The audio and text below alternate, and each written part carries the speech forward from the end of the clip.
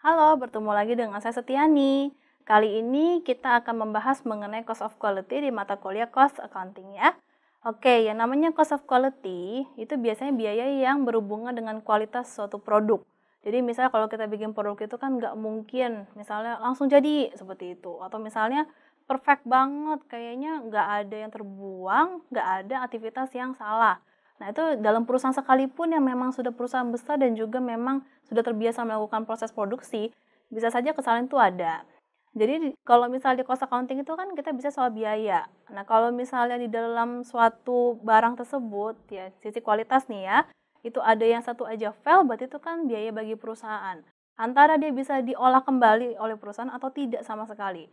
Kalau tidak berarti harus dibuang ya, itu namanya waste. Nah, jadi ada 3 tipe dari kualitas biaya kualitas gitu ya.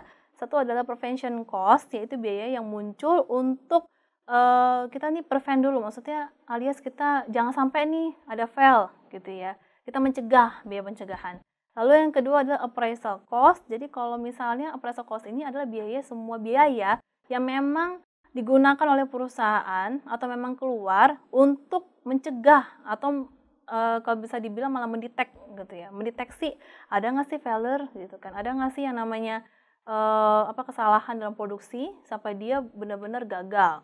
Ada failure cost, nah berarti itu memang sudah sampai ke pihak eksternal, sudah gagal sekali. Contohnya ya, kalau prevention cost itu biasanya kalau kita yang namanya punya mesin tes. Kalau kita punya mesin tes dalam perusahaan kan pasti ada depresiasi. Namanya juga si mesin ini masuk ke dalam equipment. Lalu yang kedua yang namanya appraisal cost. Nah, kalau misalnya contoh salah satu pabrik roti gitu ya, kalau dia terdapat misalnya ada kandungan besi di dalam rotinya gitu, itu dia akan muncul terdeteksi kayak kita ke bandara gitu ya, bawa barang-barang yang memang aneh-aneh gitu kan. Nah, itu yang suka dideteksi terlebih dahulu oleh si perusahaan. Saya tuh diberhentikan gitu. Maksudnya diberhentikan adalah berarti si rotinya ini sudah tidak bisa lagi sampai ke pelanggan. Jadi jangan sampai dia sampai ke pelanggan gitu. Makanya pencegahannya itu adalah pencegahan sampai ke pelanggannya itu ya, dideteksi terlebih dahulu. Baru yang terakhir adalah failure cost kalau ini sudah sampai ke pelanggan. Jadi kalau misal pelanggan makan rotinya itu sudah habis kayak gitu sakit perut tuh, itu yang bahaya tuh. Yang berarti itu sudah dikatakan fail gitu ya. Itu lebih parah si failnya sampai ke pelanggan dibandingkan kita failnya itu masih dalam internal, masih kita bisa cegah.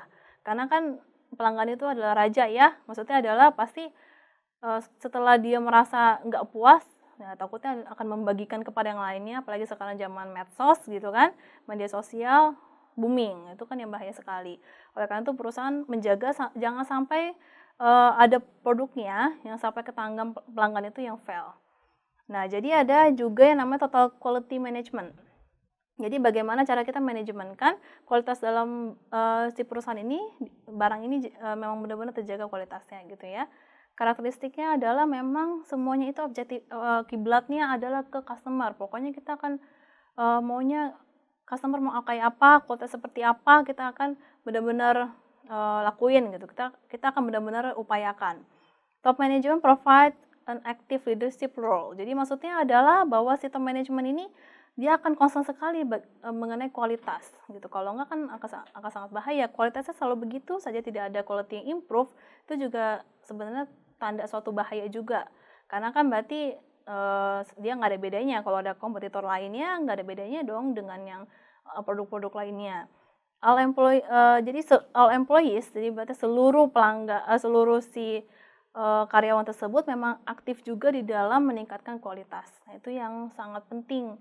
Karena kadang kan kalau kita sudah di zona nyaman, kadang kita nggak mau improve ya, nggak mau keluar dari zona nyaman tersebut, jadi ya susah seperti itu.